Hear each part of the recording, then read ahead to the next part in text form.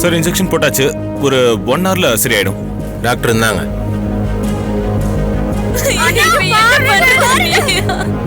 எதுக்காக இவ்ளோ பணம் கொடுக்குறாங்க?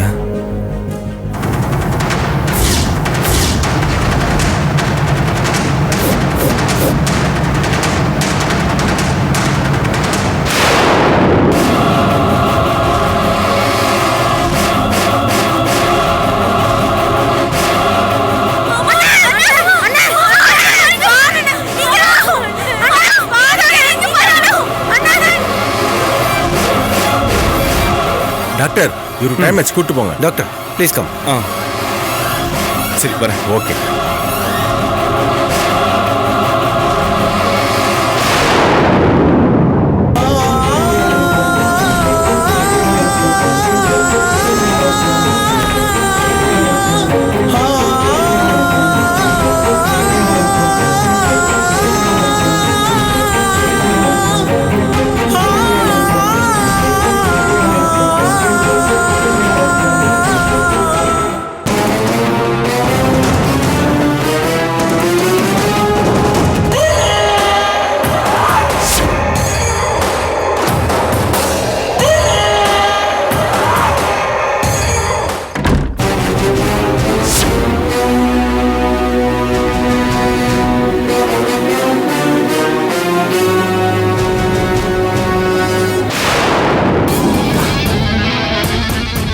எது கதவை மூடிட்டு வர? நான் உங்ககிட்ட கொஞ்சம் தனியா பேசணும். என்ன பாக்குற? 4 பேருக்கு முன்னாடி என்ன கை நீட்டி அடிச்சிட்டா நீ பெரிய ஆளுன்னு நினைப்பா? இங்க பாரு கீர்த்தி, நீ அவ்வளோ பெரிய தப்பு பண்ணி உன்னை நான் மன்னிச்சு விட்டுருக்கேன்னா அதை புரிஞ்சுக்கிட்டு நீ ஒழுங்கா நடந்துக்க. மேல மேல பிரச்சனை பண்ணிட்டு இருக்காத, அது உனக்கு நல்லது இல்ல. ஏய் நிறுத்து. நீ பிரச்சனை பண்ணாம ஒழுங்கா இருன்னு சொன்ன உடனே நான் என் தப்பெல்லாம் உணர்ந்து கண் கலங்கி மனசு மாறி நல்லவளா மாறிடுவேன்னு நினைக்கிறியா? அப்படியெல்லாம் மாறதுக்கு நான் சாதாரண பொண்ணு இல்ல கீர்த்தி. என்ன சொன்ன? உன் தங்கச்சியும் சரத்தையும் தொட்டா கொன்னுடுவியோ? இன்னும் இந்த கீர்த்திய பத்தி நீ முழுசா தெரிஞ்சுக்கல சக்தி. இதுவரைக்கும் நான் பண்ண தப்பு எல்லாத்தையும் அர்ச்சனா மேல போட்டு அவளை பலிகடாவா ஆக்குனது எதுக்குன்னு தெரியுமா? உன்னையும் அவளையும் பிரிச்சு உன்கிட்ட இருந்து சரத்தை பிரிக்கணும்னு தான். சரத்தை உன்கிட்ட இருந்து பிரிச்சதுக்கு அப்புறம் நான் அமைதியா இருப்பேன்னு நினைக்கிறியா? அவன் ரோட்ல அனாதையா நிக்கிறத நான் பார்க்கணும். அந்த நேரத்துல அவனை விதவிதமா சித்திரவதை பண்ணி சாகடிக்கணும். அதான் என் ஆசை, லட்சியம், கனவு எல்லாம். இங்க என்னோட எல்லா திட்டத்துக்கும் தடையா இருக்கிறது நீ மட்டும்தான். ஒன்ன கிளியர் பண்ணிட்டா போதும், என் பிளான் எல்லாமே பிரச்சனை இல்லாம ஸ்மூத்தா போய்கிட்டே இருக்கும். இப்ப கூட ஒண்ணு கெட்டு போகல. இன்னைக்கு ஒரு நைட்டு தான். நாளைக்கு காலையில இருந்து உன் தொல்லை எனக்கு இருக்காது. என்ன முழிக்கிற? புரியலையா? நாளைக்கு காலையில உன் புருஷன், அதாவது என் அண்ணன், அவனே உன் கழுத்தை புடிச்சு வெளிய தள்ளி இனிமே என் மூஞ்சிலேயே முழிக்காதுன்னு சொல்லுவான்.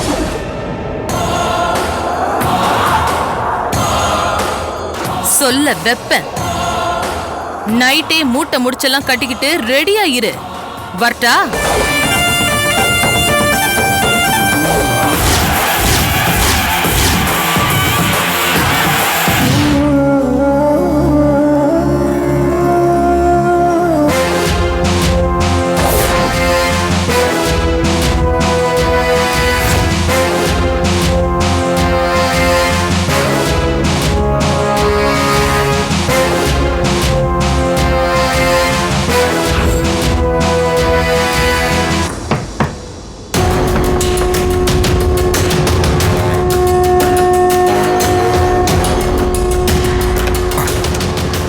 வா. சரி, ஒன்றும் பிரச்சனை இல்லை. அண்ணே, பழைய துணி கடைக்கு போய் துணி வாங்கிட்டு வந்தேண்ணே. லேடிஸ்லாம் இருக்காங்களா, அதான் எடுத்துட்டு வந்தேன். அவ்வளோதானே, எல்லாருக்கும் கொடு போ. சரிண்ணா.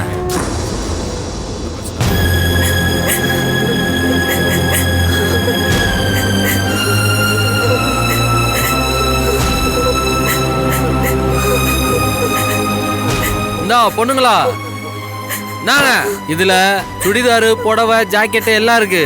யாருக்கு என்ன வேணுமோ எடுத்துக்கோங்க, சரியா? சரி, பாய்.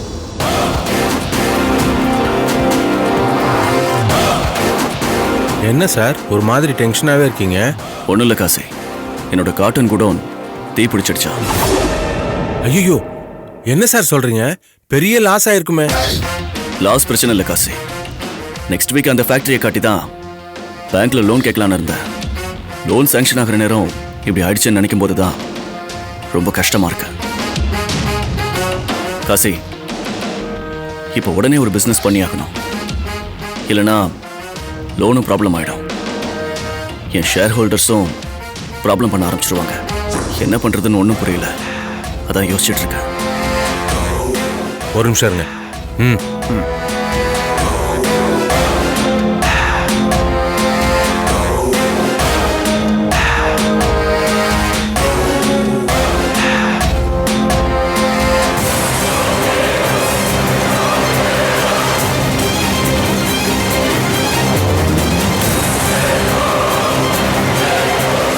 Yeah, you are right. Sir, இங்க வாங்க. இப்போ உங்களுக்கு என்ன, உடனே ஒரு பிஸ்னஸ் பண்ணுற மாதிரி காட்டணும், அவ்வளோதானே? ஆமாம் காசி. என் கூட வாங்க சார். வாங்க சார். அதனால நீங்களும் வாங்க. Yeah.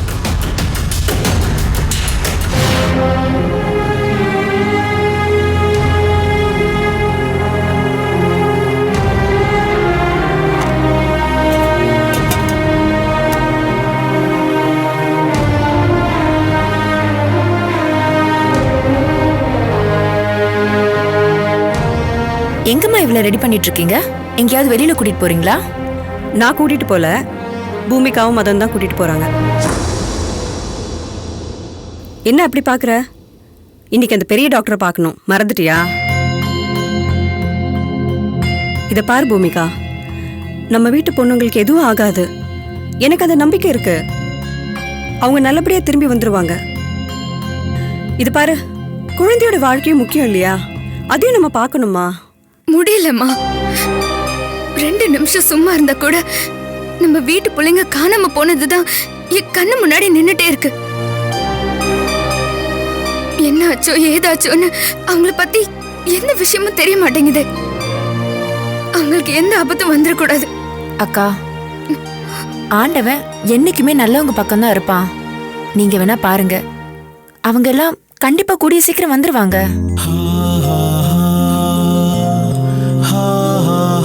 ஆண்டவன் ஒருத்தன் இருந்தான்னா வாயும் வயிறுமா இருக்கிற ஸ்ரேயாக்கு இப்படி ஒரு நிலைமையை உண்டாக்குவானா?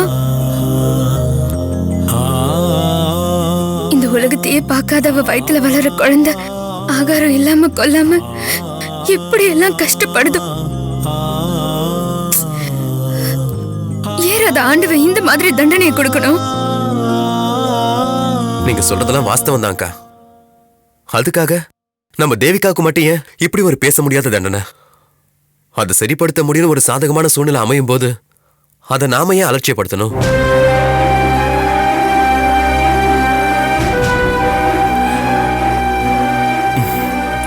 பூமிகா, கிளம்பு, ஹாஸ்பிட்டல் போயிட்டு வந்துடலாம்.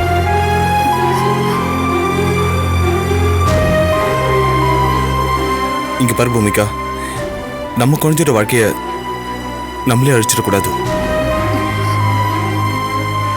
நீ கிளம்பு, ஹாஸ்பிட்டல் போயிட்டு வந்துடலாம்.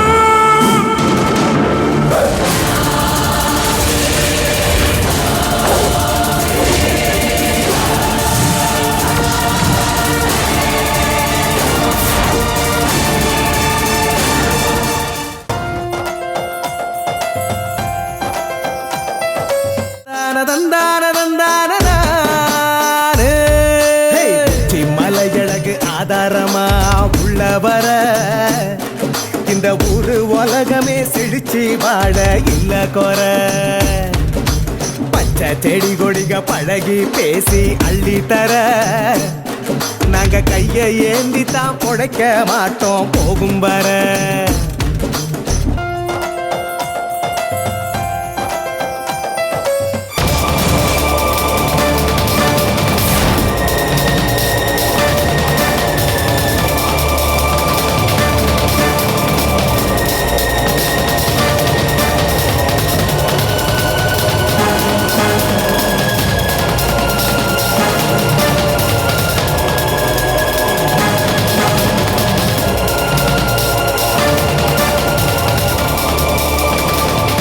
என்ன சுதாகர் அப்படி பாக்குறீங்க? இது என்ன இடம்னு புரியலையா? அகில் சார் பண்ற பிசினஸ்ல இதுவும் ஒரு பிசினஸ்.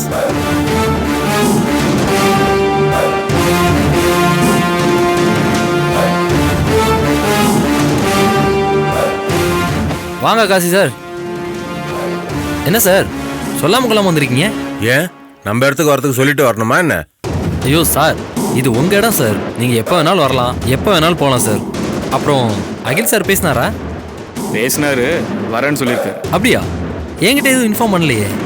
இல்லப்பா, வேற ஒரு பிரச்சனை போயிட்டு இருக்கு, அதான் சொல்லியிருக்க மாட்டார். அப்புறம் சார் பொண்ணுங்களாம் கிடைச்சாங்களா? எங்க மொத்தம் 25 பொண்ணுங்கள்ல 18 தான் கிடைச்சிருக்கு.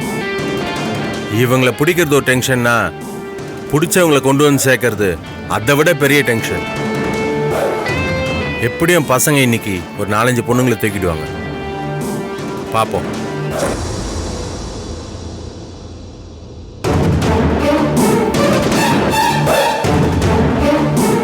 என்ன சுதாகர், ஏதோ பார்க்காதது பார்க்குற மாதிரி பார்த்துக்கிட்டு இருக்கீங்க?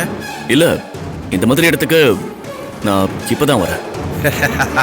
நீங்க தானே பிசினஸ் ஒன்று கேட்டீங்க, அதான். உங்களுக்கு இதை பத்தி நான் டீட்டெயிலாக சொல்றேன், நல்லா கேட்டுக்கோங்க. இந்த மாத்திரை இருக்க, இது வந்து எக்ஸ்பிரி ஆயிடுச்சு. இந்த மருந்து இருக்க, இது வந்து அக்டோபர் 16 முடிஞ்சு போச்சு. இது முடிஞ்சு போச்சு, விற்க முடியாதுன்றதுனால இது தூக்கி போட்டுற முடியாது. நாங்க என்ன பண்ணுவோம்னா, அதே மருந்தை டேட்டை மாத்தி, அதாவது இன்னும் 2 வருஷம் எக்ஸ்ட்ரா வர மாதிரி 2018 வரைக்கும் மாத்தி நாங்க மார்க்கெட்ல புழக்கத்துல விடுவோம். அப்படி விட்டோம்னா நமக்கு பிசினஸ்க்கு பிசினஸ் ஆச்சு, பைசாக்கு பைசாவும் ஆச்சு. இதெல்லாம் சாப்பிட்டா பேஷண்ட்டுக்கு நோய் குணமாகாதுல்ல? குணமாயிட்டா மருந்தெல்லாம் எப்படி விற்கும், நாம எப்படி காசு பார்க்கறது? என்ன சார் திடீர் நல்லவ மாதிரி பேசுறீங்க? சேச்சா, அப்படிலாம் ஒன்றும் இல்லை. பொதுவாக இந்த மாதிரி எக்ஸ்பைரி ஆன மெடிசன் சாப்பிட்டா உயிருக்கு ஆபத்து வரும்ல, அதனால தான் கேட்டேன். கண்டிப்பா உயிருக்கு ஆபத்து வரும் சார். அதுதானே நம்ம பிஸ்னஸே. நம்ம நல்லா இருக்கணும்னா 4 பேர் இல்லை 400 பேருக்கு என்ன ஆனாலும் நம்ம கவலைப்படக்கூடாது. அப்படியெல்லாம் கவலைப்பட்டோம்னா நம்ம பொழப்பு நடக்காது. சுதாகர், நீங்க வேற உங்க காட்டன் ஃபேக்டரி ஃபயர் ஆகி லாஸ் ஆயிடுச்சுன்னு சொன்னீங்க. நானும் அகில் சார்கிட்ட பேசிட்டேன். இது நீங்க எல்லாத்தையும் அண்டர்டேக் பண்ணி நடத்துங்க. இனிமே இது உங்க கம்பெனி சார். வெளியிலேருந்து பார்க்கும்போது இது நல்ல கம்பெனி மாதிரி தான் தெரியும். ஆனால் உள்ள இல்லீகல் பிஸ்னஸ் நடக்கிறது வெளியே யாருக்கும் தெரியாது. வெளியேருந்து பார்த்தீங்கன்னா இது ஒரு நல்ல கம்பெனி, இது ஒரு நல்ல வாய்ப்பு. இதை யூஸ் பண்ணி நீங்கள் லோனுக்கு அப்ளை பண்ணுங்க. எல்லாத்த விட முக்கியமான விஷயம், இங்கே இப்படி ஒரு விஷயம் நடக்குதுன்றது வெளியே யாருக்கும் தெரியாமல் பார்த்துக்கோங்க.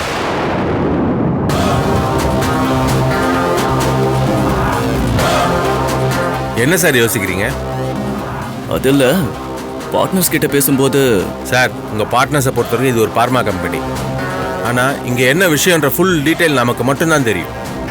சார், இது எல்லாமே நான் உங்களுக்காக தான் சார் பண்ணுறேன். இதெல்லாம் சாதாரண விஷயம் சார். சார், நான் உங்களை கட்டாயப்படுத்தலை. விருப்பம் தான் பண்ணுங்க, இல்லைன்னா வேண்டாம். எனக்கு கொஞ்சம் யோசிக்க டைம் கூட. ஓகே, பார்த்துக்குங்க சார். அடுத்த வாரம் பேங்க்லேருந்து வந்துடுவாங்க. சார், என்னடா எஸ்கே நகரில் ஒரு பிரச்சனை. ஐயோ, என்னடா சொல்ற? எப்ப பாரு பிரச்சனையா? நம்ம டானிக்கு சாப்பிட்டு 4 குழந்தைங்க இறந்துச்சான். மெடிக்கல் ஷாப்லாம் அடிச்சு உடச்சிட்டாங்க சார்.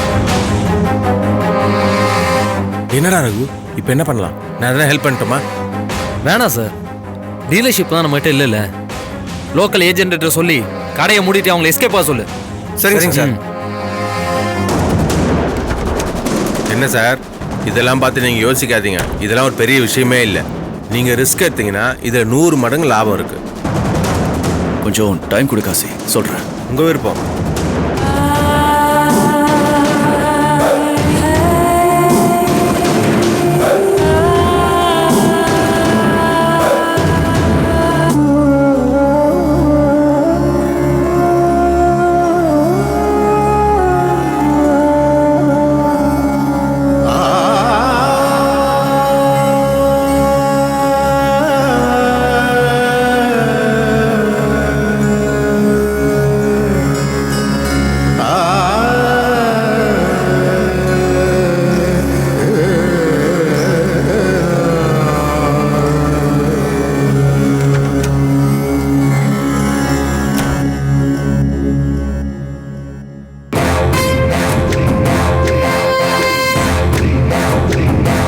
இன்னைக்கு புது ஒரு எத்தனைடா? அது மொத்தம் 5 மாப்பிள்ள. இதோ இங்கே 1, அதோ 3, அதோ அந்த அழுமுஞ்சோட சேர்த்து 5. அதோ அந்த அழுமுஞ்சுக்குதுல அவன் பாய் ஃப்ரெண்டோட கடலை போட்டு இருந்தது. நம்ம பையன் கிட்ட லிஃப்ட் கேட்டுக்குது. பையன் அல்ல தூக்கின்னு வந்துட்டான்.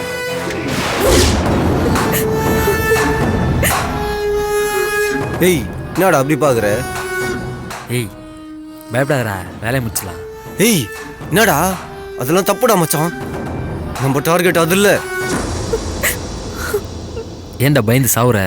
நைஸாக வேலையை முடிச்சிடலாம். ஏய் வேணாண்டா, காசு என்னன்னு தெரிஞ்சா பிரச்சனையா இருந்தா. அதான் அண்ணன் இல்லைல்ல, பின்ன பார்த்துக்கலாம். டேய் ஏய் வேணாண்டா, பிரச்சனையா இருப்பா. சும்மாற.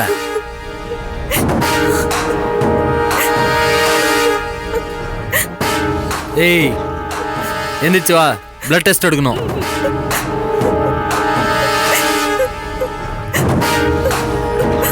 ஏய் என்ன சும்மா குழந்தை மாதிரி அழுதுனே இருக்க? எந்திரிச்சு வான்னு சொல்றேன்ல, எந்திரி. இவ்வளவு சொல்றேன் கேட்க மாட்டேன், எந்திரி. ஏய் நானும் சொல்லிட்டே இருக்கேன். போ பிள்ளை போ. போ பிள்ளை போ. போ போய் உட்கார். நான் உட்காருங்க.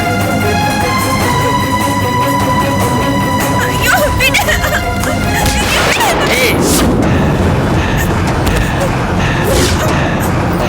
அண்ணே அண்ணே என்ன மன்னிச்சிருக்கண்ணே. ஏன்டா அறிவு கெட்டவனே, இந்த மாதிரி பண்ணக்கூடாது உங்களுக்கு எத்தனை தடவை சொல்லியிருக்கேன். என்ன தெரியாம பண்ணிட்டேண்ணே, என்ன மன்னிச்சுக்கண்ணே. அதுக்கு டேய் தங்க முட்டை போடுற வாத்துடா, ஒரே நாள் எல்லாத்தையும் கெடுக்க பார்த்துட்டேன். அண்ணா தெரியாம ஏய் சொன்னா இவனை கூட்டிட்டு போய். சரிண்ணா. ஓ ஏய்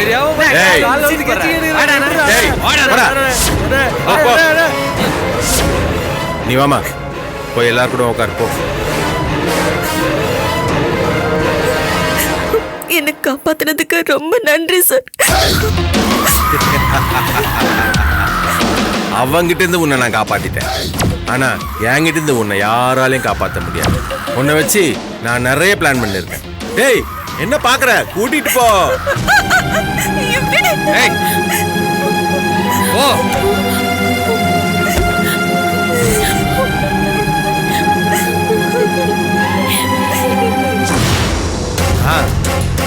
அதெல்லாம் முடிச்சிடலாம் சார், இது ஒரு விஷயமே கிடையாது. நான் பார்த்துக்கிறேன் சார், நீங்கள் டீட்டெயில் மட்டும் கொடுங்க சார். மேட்டரே கிடையாது.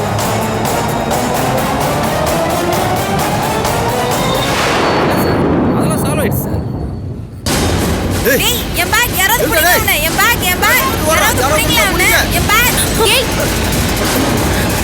எப்படி போறான் பாரு.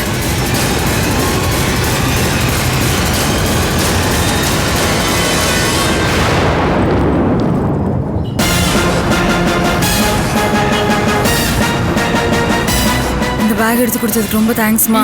ரொம்ப தேங்க்ஸ்மா.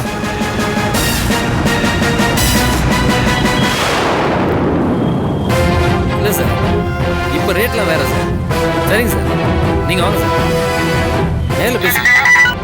ஹலோ, நான் கல்பனா பேசுறேன். தெரியுது, சொல்லு. அன்னைக்கு ஒருத்தன் ஹேண்ட்பேக் எடுத்துட்டு ஓடி போனான்ல, அவன் என் முன்னாடி தான் போயிட்டு இருக்கான். அப்படியா? ஆமா, நீ உடனே கிளம்பி கிருஷ்ணா நகர் 4th ஸ்ட்ரீட் வா. சரி, நீ அவனை ஃபாலோ பண்ணிட்டு போயிட்டே இரு, நான் உடனே வரேன். ஓகே அண்ணே.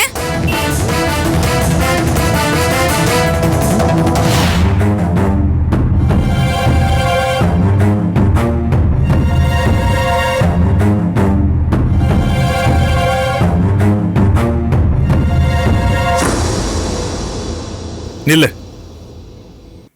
எங்க போயிட்டு வர?